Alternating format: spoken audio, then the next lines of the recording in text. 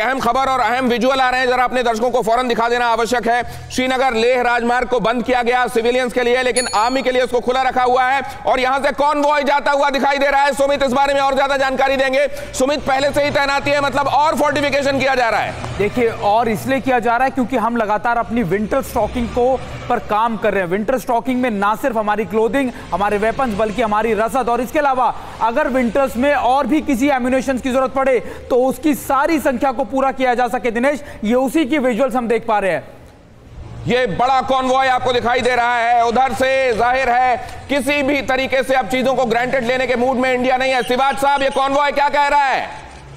देखो, ये दर्शाता है कि भारत जो है विंटर स्टॉकिंग और लॉजिस्टिक बिल्डअप कर रहा है। जो एडिशनल फोर्सेस 35,000 भारत ने लद्दाख के अंदर डाली है, उसके लिए हमें बिल्डअप चाहिए और हो सकता है आगे आने वाले टाइम में हमें और भी रीइंफोर्समेंट करे। तो हमारे पास 2 आर्टिलरी अवेलेबल है। एक तो है श्रीनगर से जोजिला ले जाने वाली और दूसरा है जो मनाली से रोहतांग पास होते हुए ले आती है। दोनों पे भारत के जो फौज के कन्वॉय चल रहे हैं और स्टॉकिंग पे पूरा जोर है। इस एक चीज दर्शाता है कि भारत ने मंशा है विंटर्स में वहां रहने की और भारत अपने आप को लॉजिस्टिक की बिल्डअप कर रहा है, इंफ्रास्ट्रक्चर डेवलप कर रहा है और मन बना लिया भारत ने कुछ भी हो, अगर यथास्थिति अप्रैल 2020 की नहीं होगी तो भारत किसी हद तक जाने के लिए तैयार है। यह चीन को समझना चाहिए। मैं एक ही चीज बताना चाहूंगा दिनेश, ये सारा का सारा गेम देपसांग का है।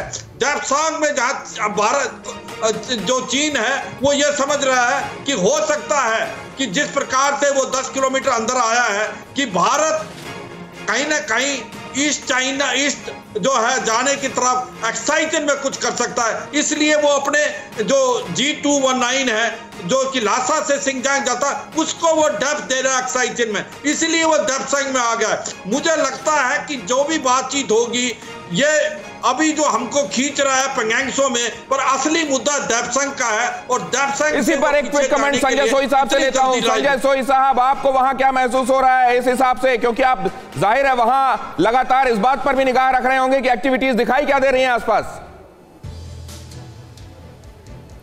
नहीं, बिल्कुल जैसे कह रहे हैं कि भारत लंबे समय के लिए डिप्लॉय रहने के लिए तैयार है और दृढ़ निश्चय दिखा रहा है और उसके लिए कॉन्वॉय को फुल फ्रेम में दिखाइए संजय सोई साहब के साथ रखते हुए प्लीज। संख्या